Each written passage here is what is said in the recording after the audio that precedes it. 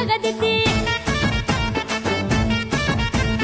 పసుపు కుంకుమ బొట్లను పెట్టి బెల్లం పువ్వును దండిగా నింపి బొర్లు